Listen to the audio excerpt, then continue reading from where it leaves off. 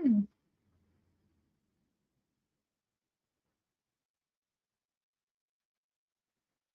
Okay, I think we're live. Welcome to another Run Wild with us. You can ask us anything.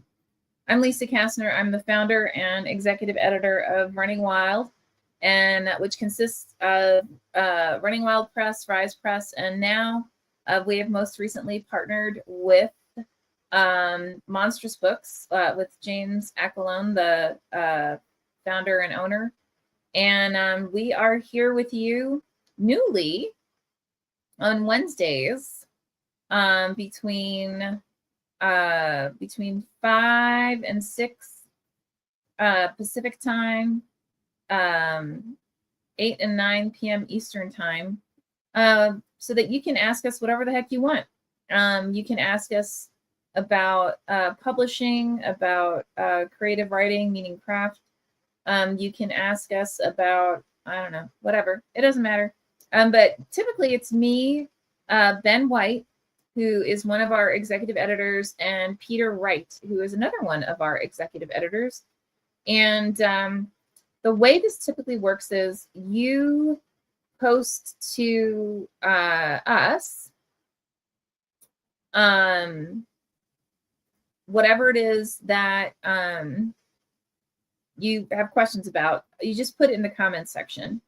And we then take turns in responding to your questions.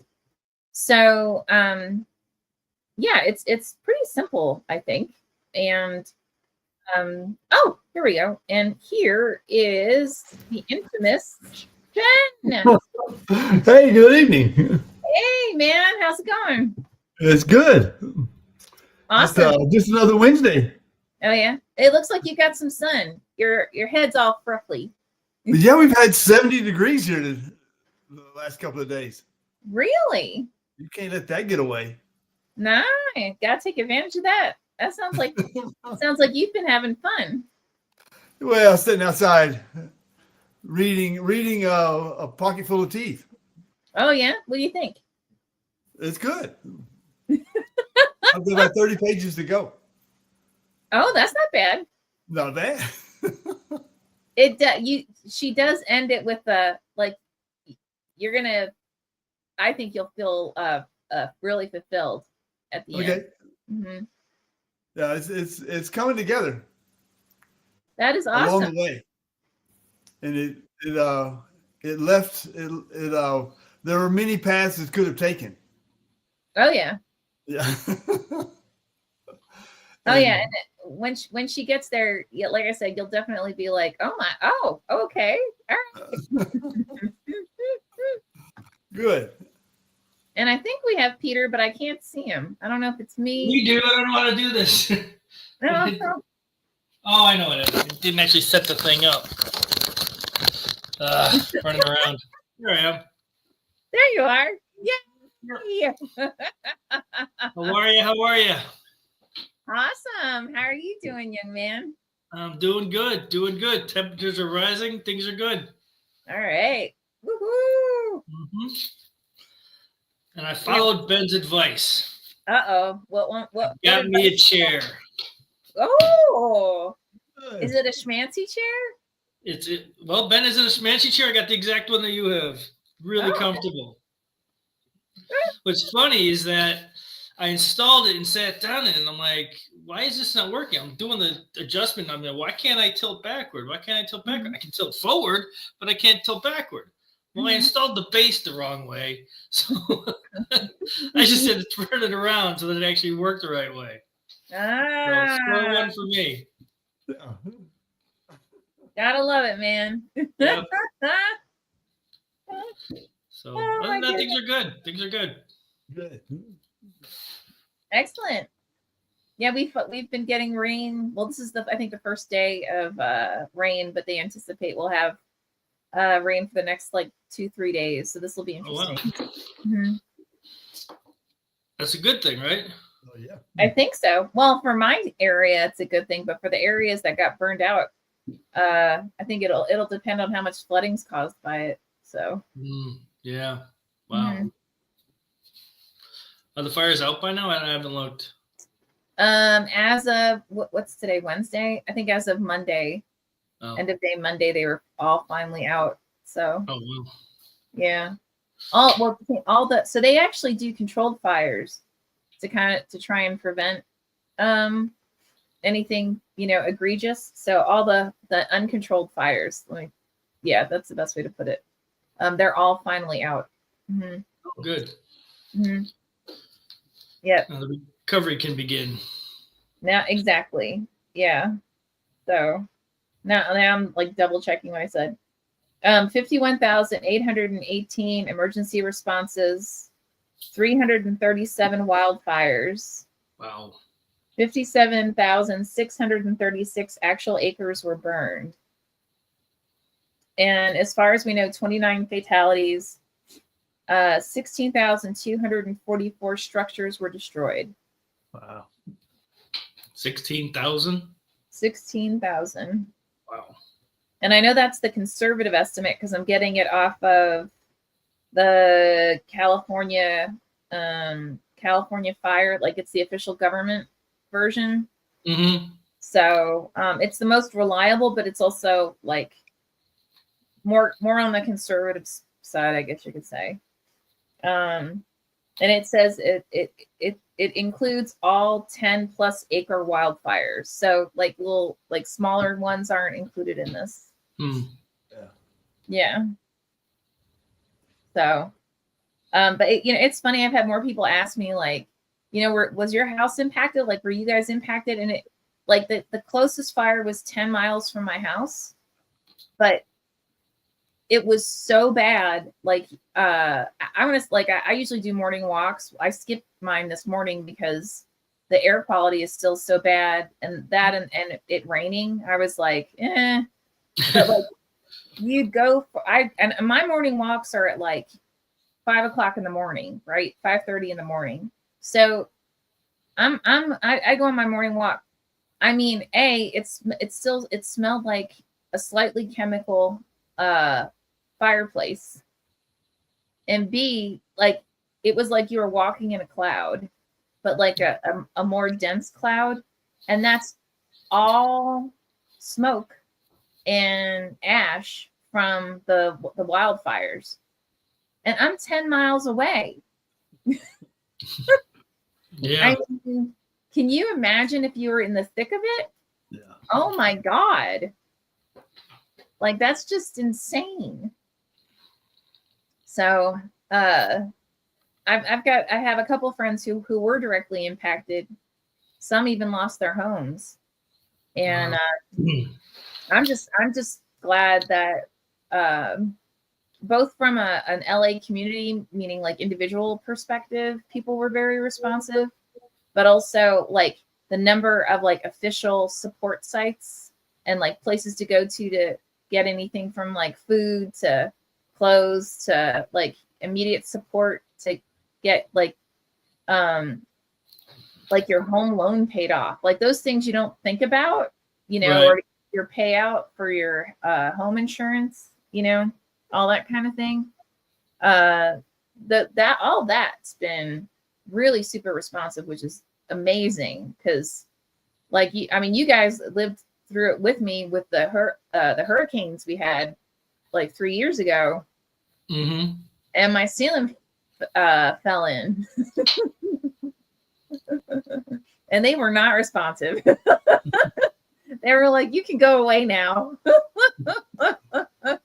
Like, prove to me that's from a hurricane. I'm like, what else is it going to be from? I sneezed and it like fell in. Somehow I don't think that's what happened. But oh yeah, the roof ceiling.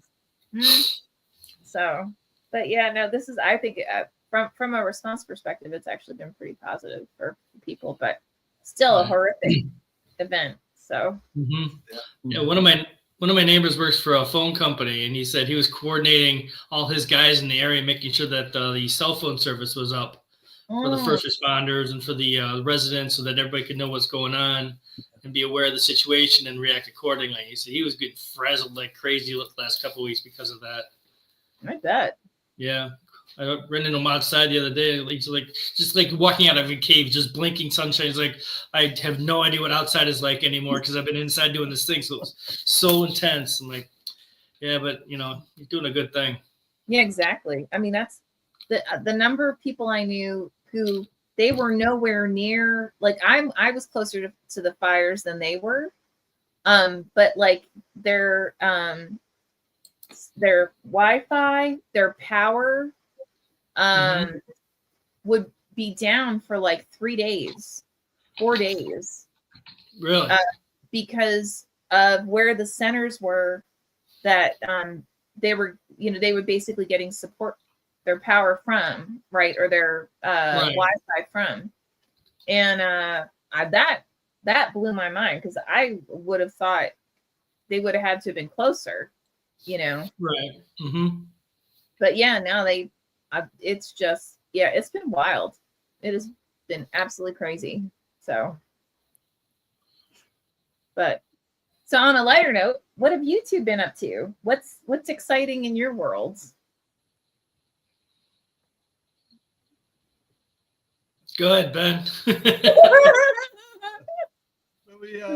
It's pretty much the same as last week. We got the short story anthology all wrapped up and in towards production, and I'm doing a one final review for Grammar on a collection of short stories for an author, one author, and I've started another novel, so they just keep coming.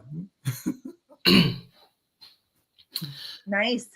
Cool. I'm about 55 to 60 pages into a whole new world other than 18th century Canada. This is modern day Philadelphia with a couple of down and out young women in I'm guessing in their 20s. Okay. Where they work as cleaning women in high rises at night. They clean. They're just, they grew up in a nowhere town where they hated the town as much as the town hated them. And that's in the narrator's words. So, and it's fascinating. The story, this is another one of Curtis's stories. Mm-hmm. The narrator is just hitting all the marks and just hitting it as, I'm making very few notes because everything is flowing together. Everything's coming along. The guy is just a brilliant writer. But his ability to pull you in to the story is just fascinating. And I think I mentioned this last week, but stories that pull you in on the first line are really popular because they snag you. But this one grabbed you by the shirt and said, "You're listening to me with the last line of the first paragraph," and like I've been wrapped ever since. Wow. So, yeah, I'm really excited about that. I read the first story of his short story collection last night and went to bed with just amazed at what he had written. So I'm curious to see what that's going to be. And then I've got another novel from the winner of the Drexel University Award. Oh yeah. Novel. I got jumped into that next. But I do have one question. Okay. So I've been reading and I've been noticing. I wanted to write him a comment saying that, the story the narrator is telling is really cool. But first of all, I think she's mentioned her name once. It's always about her roommate. And she gives absolutely no description of herself. And I like to know what the main character looks like, the narrator looks like, just so I know what kind of person I'm inhabiting as I'm reading through this. But I read a Stephen King quip today, and I don't know if it's true or not, but he said that when he writes his stories, he gets into the main character's or the narrator's body, and he doesn't see himself because he's in the body. Now, if he passes by a mirror, the character might notice something about themselves, which is a great way to put in physical description. But other than that, he just leaves it to the reader's imagination to picture what the main character looks like. And I have some thoughts on that, but I was curious what your thoughts were, whether you agree with him or disagree with him or what. I'll let Ben go first. That kind of night, Ben. So only on Wednesdays. I think if you don't get that physical description, I think you still want some mannerisms that tell you about the makeup of the person. Are they nervous? Are they anxious? Do they put the cigarette in their mouth and then take it out before they light it and throw it away. You know, those type of actions that, that can indicate a personality. But if you're looking for the physical description, I think that's tough for a narrator to say, "Hi, I'm Ben. I'm beautiful." There's just no problem at all for you to say. No, yeah, that's what I would say. Duh. Yeah, true. So yeah. But I think I think it can be very a very subtle touch to get that description in there, and just to know who you are listening to, and maybe even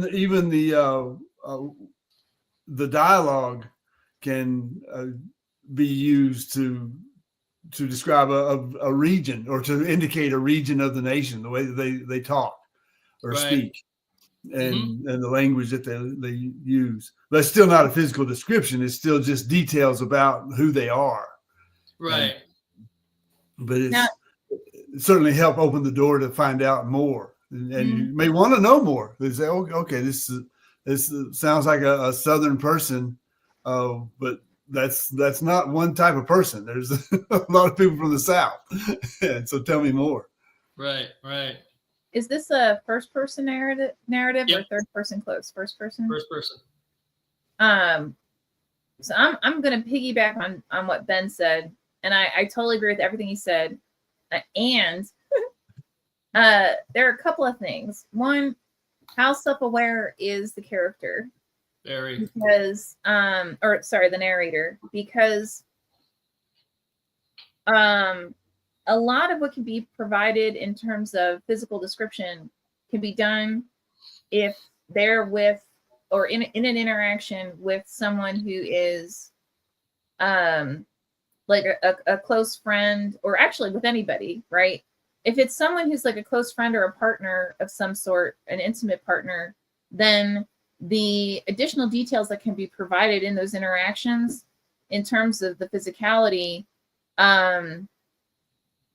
it'll give you a lens into not only what that character looks like and how they interact, but also how the other character perceives them. Right. And if it's someone who's not as like they don't know him as well, right? Then it can be more like quippy, or something that's more of like an in passing. So like an example, well, this is real life, but I still thought it was funny. A dear friend of mine and I were walking down the street in Philly, and this guy says, "Hello, there goes one half of Charlie's Angels." And I was like, wouldn't that be 2/3? Like, that's literally my response, right? So, you know, that gives you a sense of how we were perceived, right? Like, and what I guess you could say the aura that we emoted, I guess, you know, as well as, you know, where my mindset was. Now, she just laughed her ass off when I said that, right? So, but that, you know, in a first person narrative, you can use those types of interactions that can give you that type of sense. But I wouldn't pull a character out of the story to have them in front of a mirror and, you know, again, unless it's something that's important, like, you know, somehow talking about, you know, how Ben puts his glasses on the top of his bald head, right? Or something like that, right? And, but, you know, him saying it, or, you know, like I always flip my hair around. I'm mostly usually doing it because I don't like having hair in my face. I really need a haircut, but anyway, but like you can use that. You can use those types of things that, again, it gives you a sense of, at least at a broad level, a sense of the individual's physicality, as well as how they're not only how they are perceived, but how others perceive them. Does that make sense? Yeah, that's great description. Yeah, great reasoning. First off, your example is interesting because in this book that I'm reading, she's a part of a 3-person or 3-woman crew cleaning, and she had to take off one night to care for one of the other women's babies. So their boss said, "You're gonna have to work twice as hard tonight." And she walks away with the kid going, "Yeah, you meant 1/3, right?" He's like, "Yeah, I know what I've said. I know math." That's awesome. Yep. I mean, for the tone of her voice, and Curtis's novels always have a very distinct tone to them. Mhm. You get an idea of how she sees. I mean, you see very clearly how she sees the world through her eyes, but you don't see very much of who she is as a person. You assume that she's an attractive woman because of her actions in the book Mhm. to rescue them from a situation. But other than that, she's just not very. I don't know anything about her, and it was one of my questions about the last novel that I wrote is what does the main character actually look like? Because we need to see that because of how she interacts with all the different characters. I think it's important to know that because to give her a sense of, I mean, not to be, I'm forgetting the word for it, not to be, just too judgmental, but is she fat? Is she thin? Is she attractive? Is she, unattractive? I mean, something we can put a name on that's not too descriptive, but we can picture it in our minds so we know how other people are reacting to her, and we get that other level of reaction about how we would respond in a certain situation. Because we're inhabiting this world in our minds, so I think we need to see the characters even just a little bit more than just the whole, this is who I am, this is how I feel, this is how I think. I want to see who they are because I want to have that last character, that main character, as visual in my mind, even if it's only sketched out. I mean, if it's not, again, if it's baked into the story, right? Like it's not like a mind dump. Right. I do agree that it can be valuable, right? And it can really complement. It can really pull the reader in more because then it's almost like they're now embodying the character because it's a first person, right? Right. But I from interacting with Curtis, and mind you, you've been his editor since day one, and I've only worked with him on one or two things, completely teeny weeny things, right? But it seems like as long as you give him justification that he can then kind of glom onto, and he's happy to address it, right? But yeah, I'd say toss it out there, see what he does, see what he says. Definitely. Be one of my few comments. No, I mean that's a great value in letting the reader decide as well. Right. And yeah, because different readers will pick up on different traits and say, well, in my mind, in my reader's mind, that person looks this way. But it was a conversation I had with a coworker, the Netflix series Sandman. Was that the name of it? Yeah. From the books, and she had read the books, but then the characters that they chose to play the parts didn't match what she had seen, and she was upset about it. But I think that kind of upset is a good upset.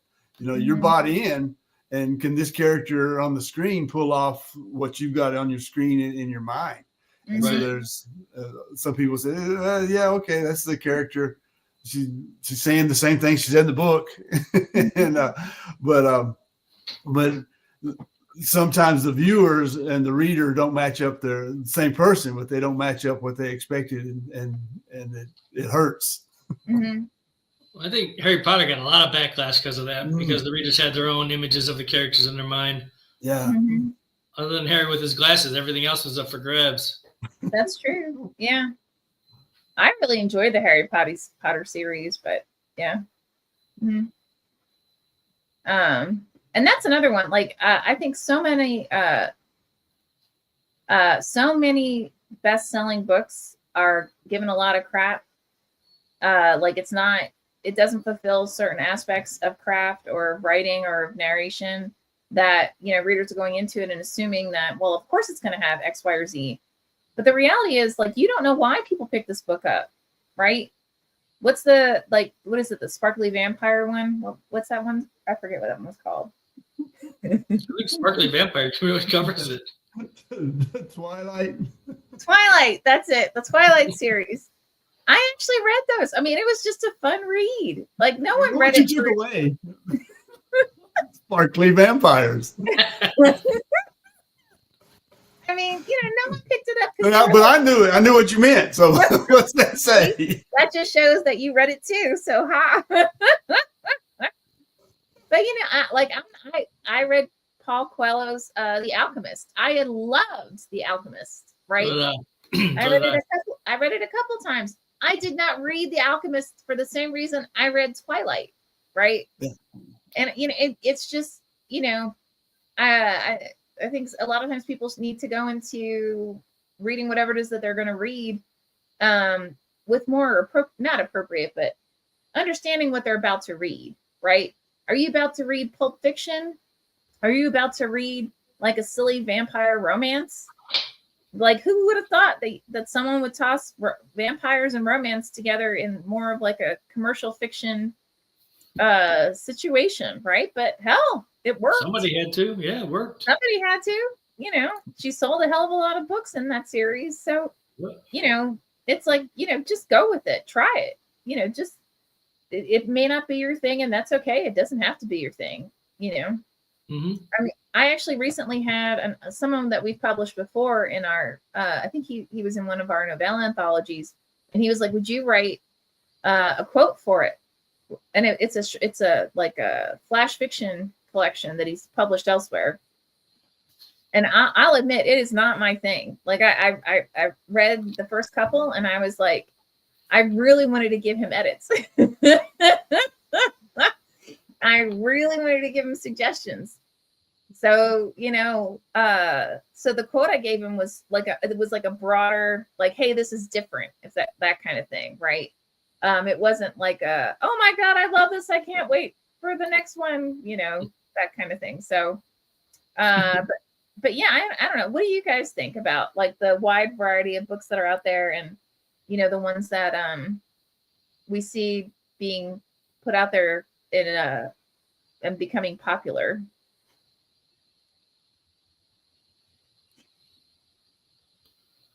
I think it makes it gives it a manufactured feel. Because once something gets popular, then you get a whole series of the same genre, if not the same story. And so I think there's a business side to it that limits the creativity. That may be the way to say it. And we're trying to make lightning strike twice is what they want you to do. Yeah. And that's, difficult, if not impossible. Mm-hmm. But yeah, that's the nature of the business. I mean, publishers are in it to make money. So it's like we edit the product and see what hits, see what happens. Yeah, it's funny. Looking at it from like a big publisher, more of a big publisher perspective, a similar question came up during I was at a writer's coffee house this past weekend, and the question was more around like, why are there big houses versus and it's small publishers, like why is there such a huge range, other than the fact that now we actually have the technology and we have the resources available that we can have independent publishers, we can have mid-sized publishers. And I really like this answer, and I think it piggybacks well, Ben, off of your answer, and Peter off of yours. So Jonathan Mayberry, who's this huge New York Times, bestseller, won all these awards, blah, blah, blah. He was like, well, think about it this way. The big houses are focused on, it's a business, right? They're out to make money, and they're publishing books that they think they're going to hit, right? And they're just going to keep on going after those. And that's why they're focused on those specific ones. But the smaller houses, the independent publishers, it's more art. Like, they're not in business. It's not that we're not in business to make money. Believe me, we've got to pay ourselves, right?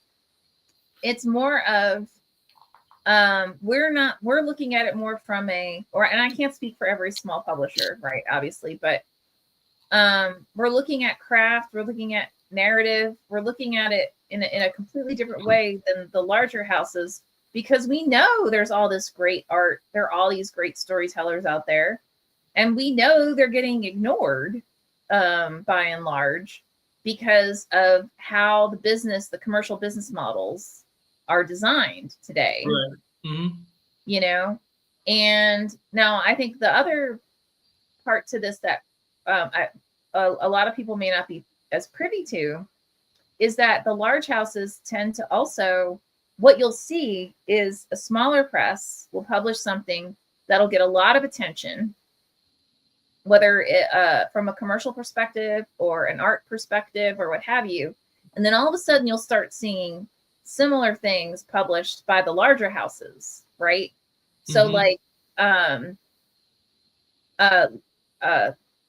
some people give us actually credit for this, and I don't have any insight into it, so I can't claim this, but like we started publishing the novella anthologies, and you didn't see any novella anthologies like at all, and then all of a sudden it started popping up across like all the big houses were all now having novella anthologies, and now they've more so leaned towards the novella anthologies have to be themed, right? Because then that way it has a more guaranteed. I'm sorry, I'm itchy. I've like cat hair all over me. Sorry. Anyway, so because if you have it themed, then readers have something to hang their hat on, right? They know what they're going to get. And then the other thing that you're seeing a lot now is like novella and short story anthologies. It's themed on known IP. And so what I mean by that is it's like, you know, Aliens meets Predator short story, you know, anthology, right? And it's because it's not the same model that they would typically use for purchasing news stories or for greenlighting a story, but they already know that Predator and Aliens has a significant following. And so there's a greater likelihood that this is going to sell. And then if you can, on top of it, get bigger named authors to agree to write a short story for it, and you can throw that in for the pitch, right? There's a huge likelihood that you're going to get, it's going to get greenlit. And now what's also really interesting about this is I personally am seeing a lot of huge authors who are agreeing to be published in short story and novella anthologies with better known IP, right, or themes, because oftentimes the small presses will give them a lot more freedom in terms of what they can do versus the large houses, right? So, and a lot of writers, I mean, they don't start because they were like, you know what? I want to basically be part of a monopoly, right? Almost every writer I know started because they were passionate about storytelling in some way, right? So I think for a lot of bigger named authors, this is a great way that they can actually continue to explore their more creative sides, if that makes sense. So. Right. They're also easier to market too if they're based around a singular theme. Yeah, exactly. And if you want to play, like if you're known for writing in one form, like one genre, and you want to play in another one, it's a great way to break into another genre, you know? Right. And then once that sells, then you can point to it, right? Like, hey, now I've got an idea for this kind of book. I think you guys should pick it out or pick it up and look how well this, you know, anthology did, or, you know, here's a sample of my writing in that genre. Because usually that's the big pushback. If someone wants to break into another genre, it's like, well, you don't write that, or people don't know you for that. So why would they pick it up? Right. Mm-hmm. So if you can actually do that with a smaller house, then it gives you that opportunity to prove like, yeah, but I already did it, right? So you can push back all you want, but tough noogies. So Right. mhm. So wow, it's already 5:34. Well, for anyone who's been watching, hey, thank you guys for moving with us over to Wednesday nights at 5 o'clock. Greatly appreciated. But also don't forget, us blathering about our stuff. We don't have to blather about what's on our minds. We're happy to answer any questions that you may have. So feel free to go ahead and toss your questions into the comments section. And we will do our best to take turns at responding to said questions. And then if you're watching this and it's the recording, again, don't forget, please, please, please feel free to go ahead and toss your question into the comment section, because we do get notified that that question has been submitted and we will respond to it in the subsequent week. So, yeah, so please hit us up. That's why we're here. Just tossing that out there. Well, I think that today's technology is kind of a return to the small presses when there are a lot of newspapers and those small presses turning out work. Like if it wasn't for a small press, nobody would have heard of Thomas Paine and the American Crisis of the Rights of Man, and because it was a small press that turned out a pamphlet, and it was very popular because there wasn't TV. And so now we've got a lot of the technology that can turn out a lot more. Small presses can turn out more work, and it's like Bukowski. Bukowski was working with a small press his whole career, and didn't leave them because they took care of him. And they said, "We'll give you a salary for your rent and for your beer." And he said, "Great, I'm in." Oh, I remember that. Yeah. And so, and he stuck with them because he got once he got some popularity, he got offers, but he said, no, I'll stay here with my small press, and because they were loyal when I needed them to be, when I needed to be a poet, they let me be a poet, and that's just one example of what's going on, even more so probably today. Mm-hmm. You get to that small press, and they have the technology to turn it out, and then social media is the advertising side of it. One advertising side of it, I guess, but it's kind of a return to hear more voices, which is a good thing. A small press can churn out more voices that otherwise you wouldn't hear, and wouldn't read, wouldn't find. Yeah, and it's interesting because we've had everything from both editors and authors who started with us and have stayed. Like Curtis has been with us. I think he published like one or two things before he came to Running Wild, and he's I think I asked him before, like, why do you keep coming back? He's like, well, why would I go anywhere else?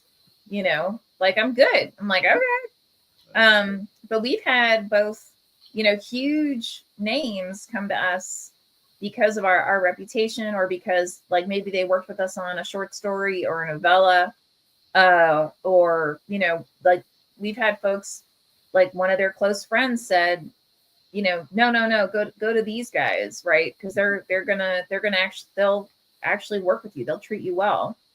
And we've had others who left. And again, like whenever anyone comes to us, I always say, please don't feel like you have to be here, right? Whether an editor or an author, right?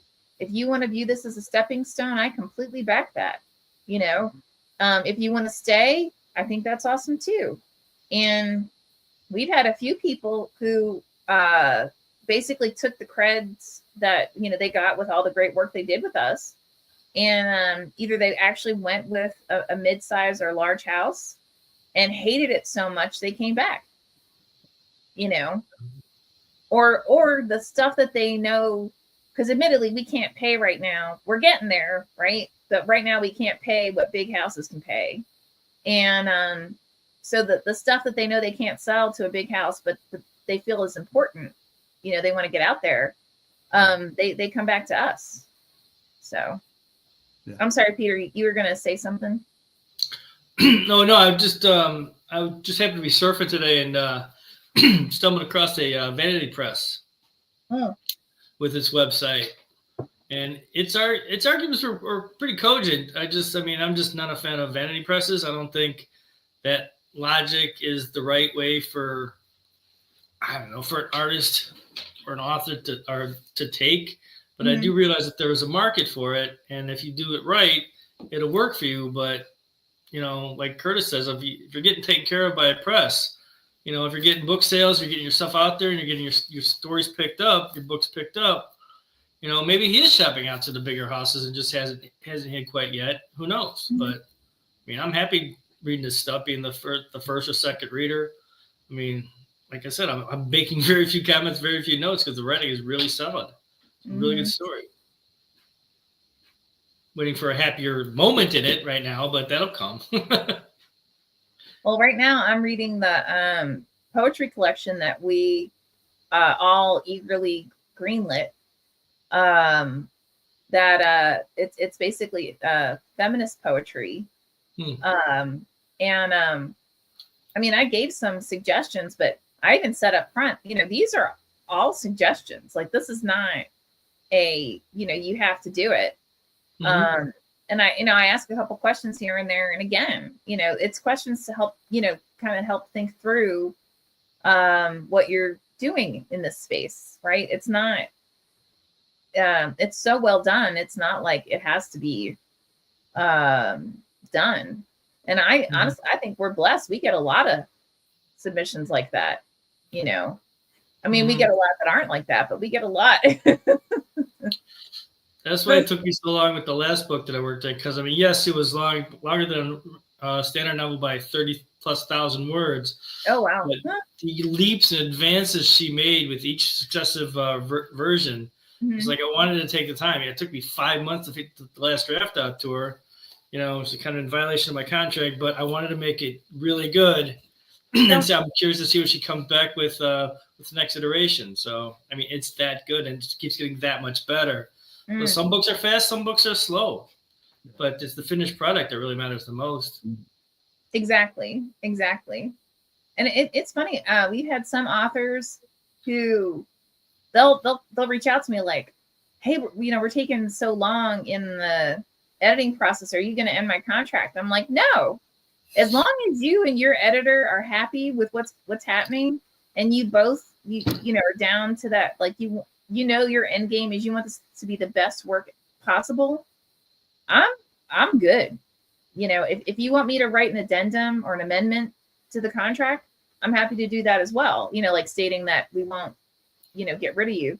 And then I've had authors who were furious that they spent all this time editing a work, and sometimes it takes us 6 months or a little more to get an editor, right? But it's because we're small. And we actually have a pretty big output, even though we're small. Thank goodness we're busy, yeah. Right, exactly. And some will come back and they're like, according to this contract, you're going to publish me by, within 24 months. And I'm like, yeah, it's not 24 months of the sign date. It's 24 months of you and the editor agreeing that this is done. And they'll go back and read it. And some people go back and read it and get it. And some will go back and they basically extract the portion, like a half a sentence, to prove their point, Yeah, and I'm like, they want to read. Right. And I'm like, I'll tell you what, I am happy to publish you tomorrow. Just understand that means you are not going to get the support of our sales force. You are not going to get the support of the marketing team. And, I'll walk them through, like, here's the timelines. This is what we have control over, and this is what we do not. And so you can act, and we've done that before, right? We've had a few people who were so upset, and I said, all right, well, I'll tell you what, how about you pick the date, and, we'll set it for that. And their books got almost no attention. But they assumed like their immediate friends would, buy so many and say so much great things about their work that it would sell like hotcakes. And because there's this, there's this perception in the writer and reading world that, like, if somebody, if it's well, actually the writer world, like, if it's damn good, then it's just going to go viral and everyone's going to pick it up. And now all of a sudden they're all millionaires, right? And yeah, that does not happen. Like, that does not happen. I'm just saying. I actually had a really interesting, and I won't give you numbers, but I'm going to be on a panel. So I'll be at the San Francisco Writers Conference this weekend. I actually leave tomorrow morning at butt crack early to get there. But that flight's going to hurt. Anyway, I'm on a panel about memoirs, right? And like, you know, why are some picked up? Why are they not? You know, all that kind of thing. And I threw out there like, well, actually memoirs have been our biggest sellers and our most consistent sellers. Like, we have ones that, even though we published them back in like 2020, 2021, they still sell among the top for us every year. I don't know why, you know, to be honest, but that's what happens. Well, one of the other publishers asked me, what do you consider a top seller? So I threw a number out there, and the next closest was a third top seller, period, was a third less than the number I threw out for them. And I was like, oh my God. So I'm thinking, like, we do have a way to go. Like, we still need, we do really well. Like, we doubled our numbers compared to last year, and our January numbers were more than double than just January 2024, right? But I just thought, man, these guys, they must not have one job. They've got to have two side hustles just to pay for their press and to feed their own mouths. I mean, just imagine what they're going through to keep the lights on, to make sure that they are putting out this art, you know? So anyway, total diatribe. Sorry. I just thought it was the fascinating. editing process. You'll remind me of the No F's Given project that I had. It was 2 years plus, and the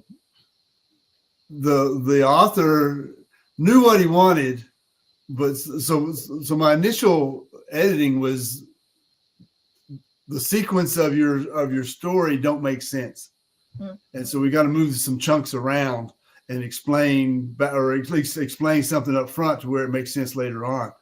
And he kept it for maybe 8 to 10 months, and it shot up from 70,000 to 150,000 words. I'm sorry, that's not right. But it when I saw that, I said, Tim, we're going to have to split this into 2 books, because you don't want to come out with your first novel at 150,000 words. So, and there was a point in the middle of the storytelling that was a good break. And I said, Tim, what if we have No F's Given part 1 outgoing, and then we save the second half for part 2 incoming? And he loved it, you know, and it took that 150,000 words down to 75,000 word novels, which is manageable. And so we got the first one in production. I saw the cover work, the initial cover work, and cover design, and it's looking good. And I think it's what he wants. It's his war story that he wanted to tell, and that's the important part too. And with his own Florida perspective and young kid perspective after 9/11, but it's individualized to where it's not just another one of those, and that's what sold us anyway. But I cut him loose, and he came back with 150,000 words. Lesson learned. But it worked out. But I think it's going to work out with the outgoing, with him leaving Florida, and then the incoming in the second half coming back, and that's the whole story too. Wow, awesome. Yeah. Great. Yeah, I remember when you were editing it and you would come back and you were like, I am so frustrated. Like, oh my God. And then Tim's a friend of mine. He was a Tampa classmate. Yeah. Yeah. And I remember when you guys finally came to that agreement, you know, it was like magic. Like you could hear the angels singing, because it was like yes. like, all right, I get it. Yeah, that was awesome. That was definitely awesome. I don't You know about the contract violation. I cut that contract in half, and now I have two. I mean, Peter, have you had any of those that where you know, it just it you know, you gave a suggestion and what they came back with, you were like, holy crap. And just ran with it? No, I'm much stricter than Ben is, apparently. I'm like, you can't go over this word count. This is what we said at the beginning. This is all you get. No, I don't pay any attention to word count. I mean, I checked the last one a couple times, like really 113,000 words, but okay, is what it is. I mean, it made sense. There weren't any loaded sections. So, I mean, I think that idea to split them in half is brilliant. I mean, you got to find that mark like you did. I mean, that's perfect. That way you got a nice flow going, and you've got that secondary backup book already in the can, ready to go. Yeah. Yeah, I mean, and the first book is a a for a hook. couple months, but you know, that's just you. Mm-hmm. And I love the cover. I think it's hilarious. I can't wait for it to get banned. It's a skeleton. It's the skeleton giving the world the finger. It's awesome. He just wanted a little bit more Florida flavor on the outgoing. Yeah. I said, well, yeah. Don't be, if you're not satisfied, don't be satisfied. It's your cover. That's right. Exactly. He said, well, I like it as a foundation, but here's what we need to give to the skeleton. Yeah, and Amir, not that Amir doesn't care. As long as he can do it, you know, he's fine. It's when it's stuff that it's like, you know, there's just not space on the cover for it, you know, or there's no, you know, things like that. Otherwise, he's all good. He's come back with some brilliant changes. So, yeah. Yeah, but you don't really need much else when you got the skeleton salute, do you? Everybody says, no, I'm from here where I'm at. This is what I'm doing. I like this one, but it's your cover. He said, yeah, I like that one too, but it's your cover. I loved it. I loved it. So, yeah. But yeah, no, anybody who works with us now, I mean, anyone who's ever worked with us knows that our priority is getting the best work out there possible. The only, I think, in terms of printing, I think usually when our editors come back to me and say, oh my God, Lisa, the word count blew up. I believe it's up to 120,000 words. You can still have a decent paperback. It's when you exceed that is when it's not physically manageable, if that makes sense. Right. So that's the only way that it becomes a thing, you know.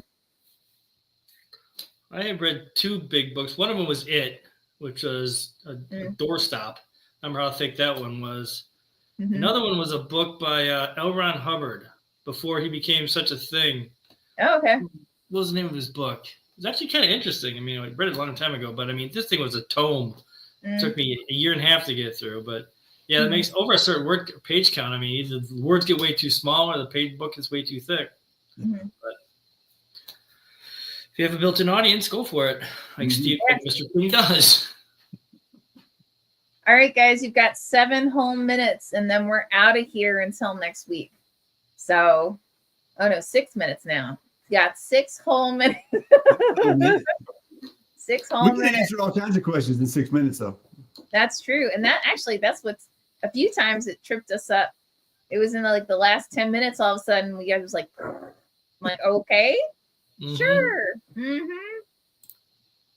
So, but this weekend I'll be on I think 3 panels at the San Francisco Writers Conference. And I also agreed to give feedback on people's pitches. And I'm kind of surprised only like 3 people took, and I realized there's like a whole series of like a bunch of agents and editors agree to that. But only so far, only 3 people have signed up to work for me to give them feedback. And Intimidation. I'm wondering, well, I mean, because I just assume people know, like, you don't have to have an agent to work with us. I'd say the vast majority of the authors who work with us do not have agents.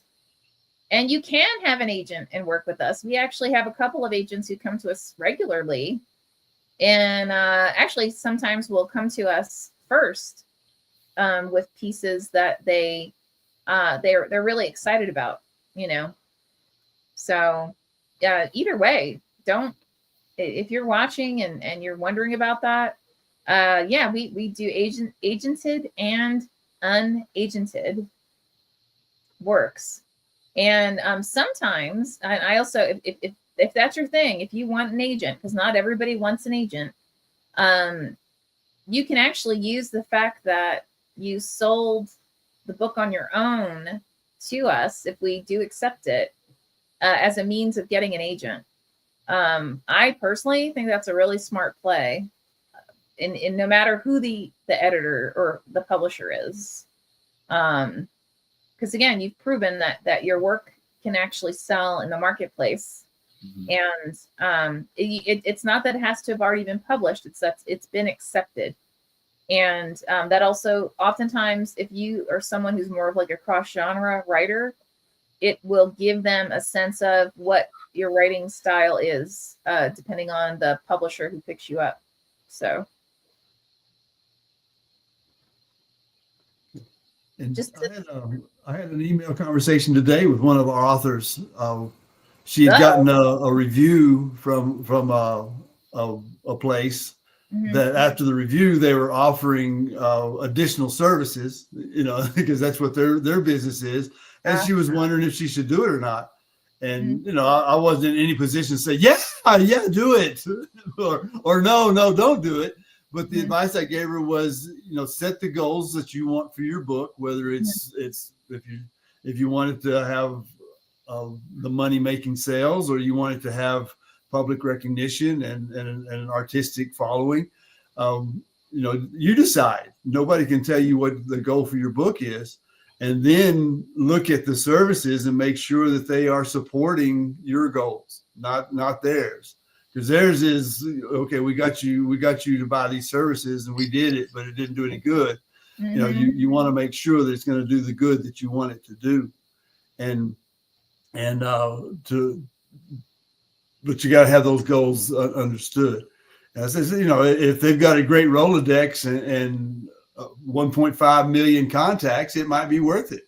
Mm-hmm. But you have to decide that for yourself of what your goal is. And ask them for proof, right? Yeah. Don't just like ask them, like, so who have you represented and what kind of results have you been able to obtain? And make sure that it aligns, to Ben's point, aligns to what you want to do. Because and they may actually be able to give you insights into the industry to give you a better sense of the likelihood that you'll be able to accomplish what you want to accomplish with the work that they review, right? Because maybe you can't, you know. Mm-hmm. Maybe you wrote a great USA Today bestseller, but it would not make a Pulitzer, right? Who knows? I don't know. Awesome. Well, with that, I think we're just about done. As always, Ben, Peter, you guys are fantastic. Looking forward to future Wednesdays at 5 p.m. Pacific time, 8 p.m. Eastern time. Everyone who's watching, thank you again for joining us. Don't be intimidated. Please tell your friends about us. Invite them in. Come, ask us whatever goofy questions you've got, because we are as goofy as the goofiest question that you can think of. Cool. All right. We will see you again.